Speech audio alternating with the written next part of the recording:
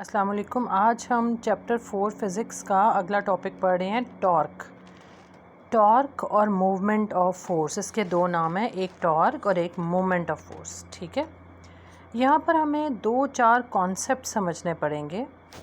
Concept समझने के बाद ही हमें समझ आएगी कि टॉर्क कैसे प्रोड्यूस होता है, कौन सी चीज़ें उस टॉर्क को अफेक्ट करती हैं। ठीक है ना। तो क्वेश्चन अगर आ सकता है टॉर्क, व्हाट इज़ टॉर्क, तो आप सिर्फ डिफ़ाइन करोगे, और अगर लगे right a detail note on torque और मोमेंट ऑफ फोर्स, तो आप ये सारा डिस्क्रिप्शन दोगे। सिर्फ अगर टॉर्क पे आ जाए तो डिफ़ाइन करो, फार्मूला लिखो और ऐसा यूनिट लिखो। और अगर लॉन्ग आ जाएगा 5 या 10 मार्क्स का, 5 या 7 मार्क्स का, या 5 या 8 मार्क्स का, तो ये आपको सब लिखना पड़ेगा। टॉर्क क्या होता है? When we open or close a door by pushing or pulling it, here push or pull turn the door about its hinge. Hinge वो जोड़ होता है जिस पर ये दरवाज़ा जुड़ा हुआ होता है। ये हिंजेस आपने देखे होंगे, अपने दरवाज़ों के अंदर लगे हुए होते हैं। ठीक है ना। तो जब आप उसको करते हैं तो वो जो हिंज है वो एक्सिस ऑफ रोटेशन है, यानी इन्हीं हिंजेस के गिर्द ये दरवाज़ा बंद भी होता है, खुलता भी है, घूमता है।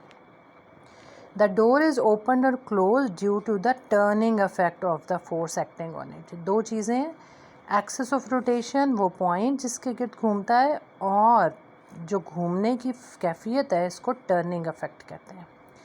अच्छा, अब कोई भी चीज़ जो टर्न होती है तो उसमें उसको सबसे पहले ये बात जहन में होनी चाहिए कि उसको रिजिड होना चाहिए, सॉफ्ट नहीं होना चाहिए। रिजिड कौन सी बॉडी होती है? A body is composed of large number of particles, small atoms. If the distance between all the pairs of particles of the body do not change by applying force, then it is called a rigid body. मसलन तुमने इस pen को पकड़ा, इसको दबाया, इसके जो shape पहले थी वही शेप बाद में भी रही, तो ये रिजिड है। अगर तुमने इसको ट्विस्ट किया, टर्न किया, जो शेप पहले थी वही है, तो ये रिजिड है। यानी आपने फोर्स लगाया तो जो पार्टिकल का आपस में डिस्टेंस पहले था, आपस में डिस्टेंस बाद में भी अप्लाइंग फोर्स के बाद रहे, तो वो रिजिड होती है। सॉफ्ट कॉपीज़ के ऊपर देखो, मैंने फोर्स अप्लाई की, ये टर्न हो गया, इसका जो डिस्टेंस इधर से इधर था चेंज हो गया, इसका डिस्टेंस इधर से इधर चेंज हो गया, ये रिजिड नहीं है। ठीक हो गया।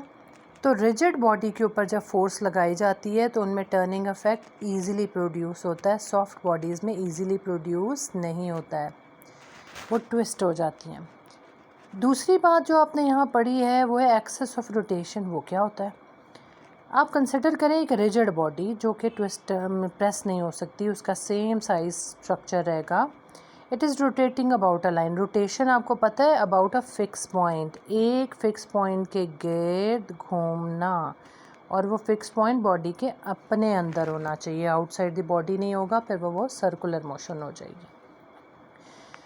All the particles of the body moves in circles with their centers all lying on this line. This line is called axis of rotation. मसलन आपने दरवाज़ा खोलना था, ये दरवाज़ा इसी लाइन के गिर्द घूम रहा है, इधर से इधर, इधर से इधर, इधर से इधर। ठीक है, तो ये हो गया एक्सिस ऑफ रोटेशन। अब हम ये देखते हैं कि टर्निंग इफेक्ट क्या होता है, ये कहाँ कहाँ इस्तेमाल होता है। Forces that produce turning effect are very common. Turning a pencil into a sharpener, turning a stopcock of a water tap, नल का बंद करना, turning a doorknob, और turning a car steering, etc. ठीक है ना। ये सब के सब, बॉटल ओपन करना, ये सब टर्निंग की एग्जाम्पल्स हैं, ये सब एग्जाम्पल्स हैं। अब डेफिनेशन आ जाती है, डेफिनेशन ऑफ टर्निंग इफेक्ट और टॉर्क और मोमेंट ऑफ फोर्स। टॉर्क और moment of force, the turning effect of a force is called torque और मोमेंट ऑफ फोर्स। किसी भी चीज़ का घूम जाना टॉर्क या मोमेंट ऑफ फोर्स कहलाता है। कोई भी चीज़ क्या होगी? रिजिड बॉडी होगी। अब हम ये देखते हैं कि rigid body factors on which torque और मोमेंट ऑफ फॉर्म डिपेंड्स क्या होते हैं। नंबर 1 होता है फोर्स, नंबर 2 होता है मोमेंटम।